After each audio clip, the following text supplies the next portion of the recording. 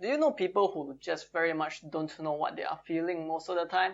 It's like you ask them, hey there, how are you feeling? Oh, I feel that today is a very good weather. Oh, no, I'm saying like, what emotions are you feeling right now?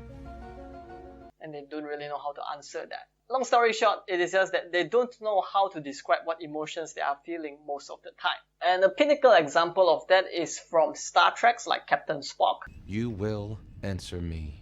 He's just always so rational, very cool, very level-headed. And there's a lot of common terms for this, right? In my personal development work, sometimes people call this being in their head and not being in touch with their heart. Or in the scientific world, we actually have a term for that. It is called Alexithymia, which means that, they are not able to describe the sensation in their body or not recognize emotions very much. Before I proceed further, I also want to just point out a disclaimer, which is that I am a psychology graduate who kind of did a bit of undergraduate thesis on alexithymia, but I'm gonna say that I'm definitely not an expert and I've probably forgotten quite a lot of them.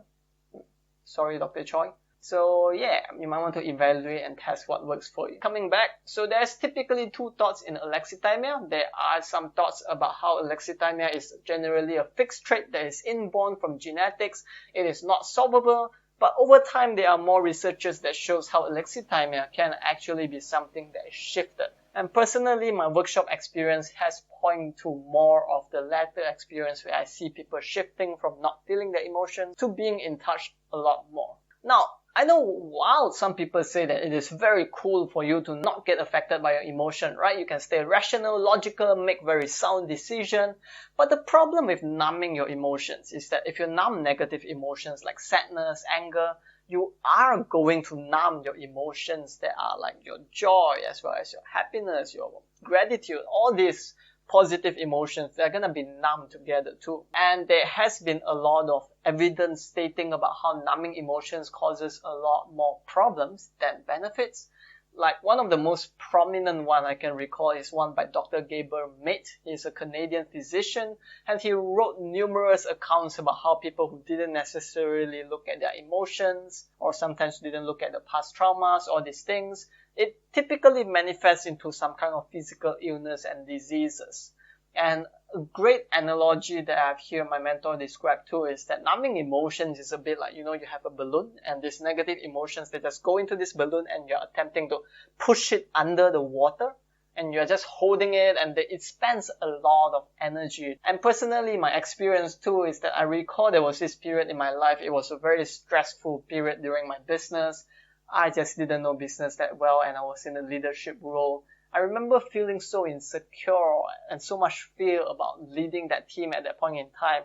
And also a lot of guilt too with some of my teams, it was no longer a sustainable project for them.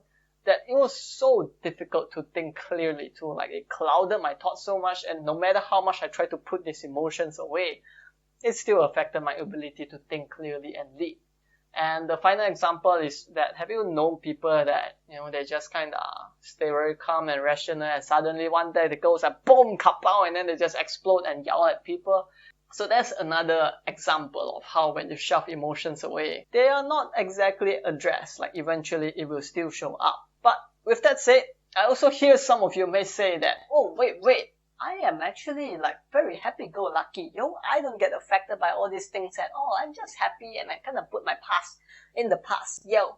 And I think a core difference or distinction that I will bring up between being able to let emotion pass and not get affected by it versus repressing emotion. I will quote one which is by Michael Singer. He's a yogi. He described it as when you hold an emotion, it is like your body tightens. And you don't allow it to pass through. Like you are just tightening it, you are ignoring it, maybe you go and sleep, you direct your attention elsewhere. While if you're letting an emotion pass when you're affected, is that you're able to observe it, stay present with it, and you are able to relax into it. Like you feel the emotions surfacing up, and then it just passes. I would say that if you're happy-go-lucky when you're affected, you are able to do that, letting the emotion show up and passes, that's when it is great. But otherwise, if, somebody said things that triggers you, you're like, okay, I'm going to let them pass by not looking at it and play some video game. I would say there's high chance that it is still repressed and it's just unaddressed. But that It's just my personal opinion. You do you, whatever works for you. With that said, I'm gonna share a little bit in terms of my own experience. How I shifted was basically I went to a course. And then in the course, it is the very typical releasing emotion, yelling at a freaking empty chair. And then, yelling, imagining it to be people who have hurt us, who made us mad. And then from there, you get to have sadness and then anger. So, yeah, from that point onwards, I start to access my emotion a bit more. And the funny thing about all this kind of cathartic-based experience is people typically feel freaking high after the workshop, right? Like the moment after it, they are like, oh my god, the world is so beautiful, I can do everything. And I would also describe the benefits I myself experienced too. It's definitely a way clearer thinking because I'm no longer being trapped by all these sensations in my body. I'm able to access my intuition a lot more because once again, I'm not clouded by the thoughts and the negative emotions.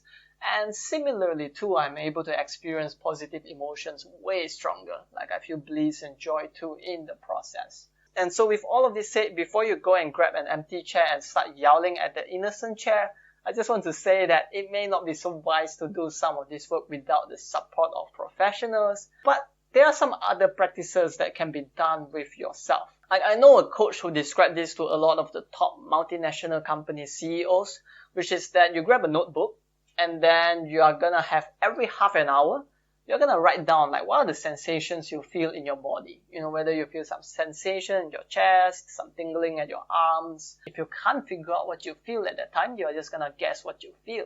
But otherwise, just write down what you are feeling. Whether you are feeling excited, feeling nervous, anxious, angry, just gonna write the emotions down.